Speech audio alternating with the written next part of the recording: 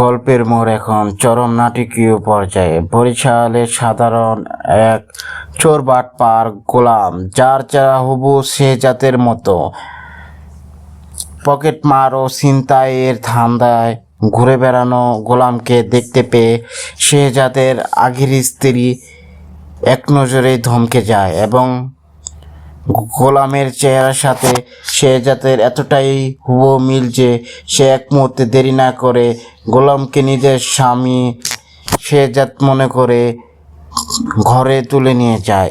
বাটপার গোলাম প্রথমে ভেবেছিল এটি হয়তো কোনো এক বড়লোকের ধরন গড়ার সুযোগ, যা দিয়ে সে সহজে টাকা কামাতে পারবে। তাই সে কোনো প্রতিবাদ না করে চুপচাপ শেহজাদের অভিনয় সাজতে শুরু করে এবং আরাম-আয়েশে তাদের বাসায় থাকতে রাজি হয়ে যায়। তবে গোলাম শুধু একজনই সাধারণ চোর বা ছিনতাইকারী নয়, তার পেছনে রহস্য গভীর। শেহজাদ ও গোলামের এই হুবহু চেহারার মিল কোনো কাকতালীয় ঘটনা নয়, বড় কোনো পারিবারিক গোপন সত্য বা অতীতে হারিয়ে যাওয়া যমজ ভাইয়ের সম্পর্কে ইঙ্গিত রয়েছে। এর পেছনে যা শেহজাদের পরিবার এতদিন গোপন রেখেছিল, নিজেকে শেহজাদ হিসেবে চালিয়ে দিয়ে এই বাড়ির ধন সম্পদ হাতানোই আপাতত গোলামের মূল চাল। কিন্তু ছদ্মবেশে ধরে এই পরিবারে ঢোকার পর গোলাম ধীরে ধীরে এমন কিছু পুরনো সত্য ষড়যন্ত্রের মুখোমুখি হচ্ছে যা তাকে নিজেও বিপদে ফেলছে। একদিকে আসল শেহজাদের অনুপস্থিতি বা রহস্যময় অন্তঃসাত, আর অন্যদিকে এক বাটপার গোলামের শেহজাদ সেজে বড়লোকের সংসারে রাজত্ব। সব মিলিয়ে গল্পে এখন টান টান উত্তেজনা কাজ করেছে।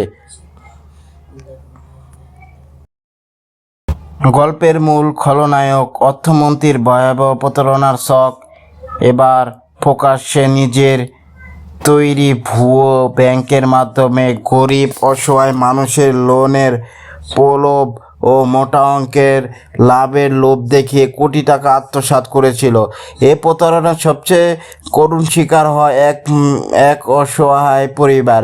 মেয়ের বিয়ের জন্য ব্যাংকে জমানো টাকা তুলতে গেলে অর্থমন্ত্রী ও তার লোকজন তাদের হাতে আসল টাকার বদলে নকল নোটের বান্ডেল ধরিয়ে দেয়।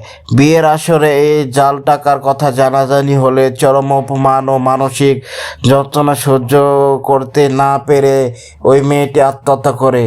এই হৃদয় বিদারক ঘটনা জানার পর মানবিক শেহজাদ আর চুপ থাকতে পারেনি। অর্থমন্ত্রীর ওপর প্রতিশোধ নিতে এবং গরিব মানুষের আত্মসাৎ হওয়া টাকা ফিরিয়ে আনতে সে এক দূষিত পরিকল্পনা করে।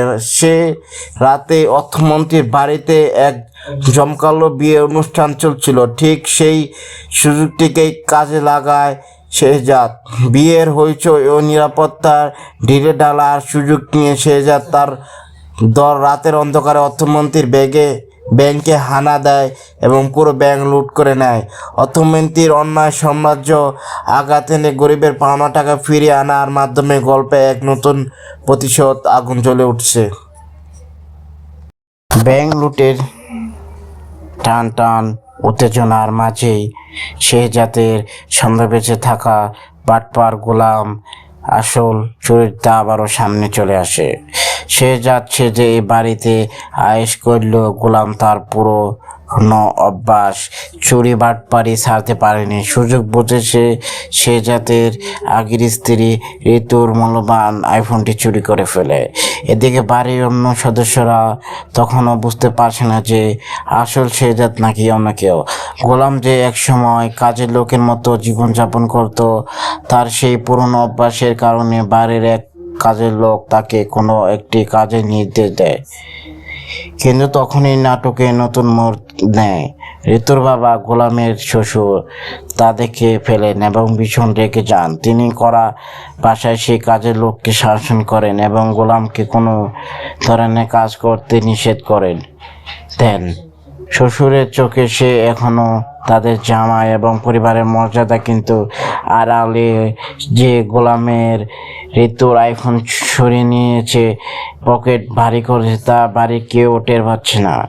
গোলামের এই ধৃত রূপ এবং শ্বশুরবাড়ির অন্ধবিশ্বাস গল্পটিকে আরও বেশি কৌতুকপূর্ণ ও আকর্ষণীয় করে তুলেছে।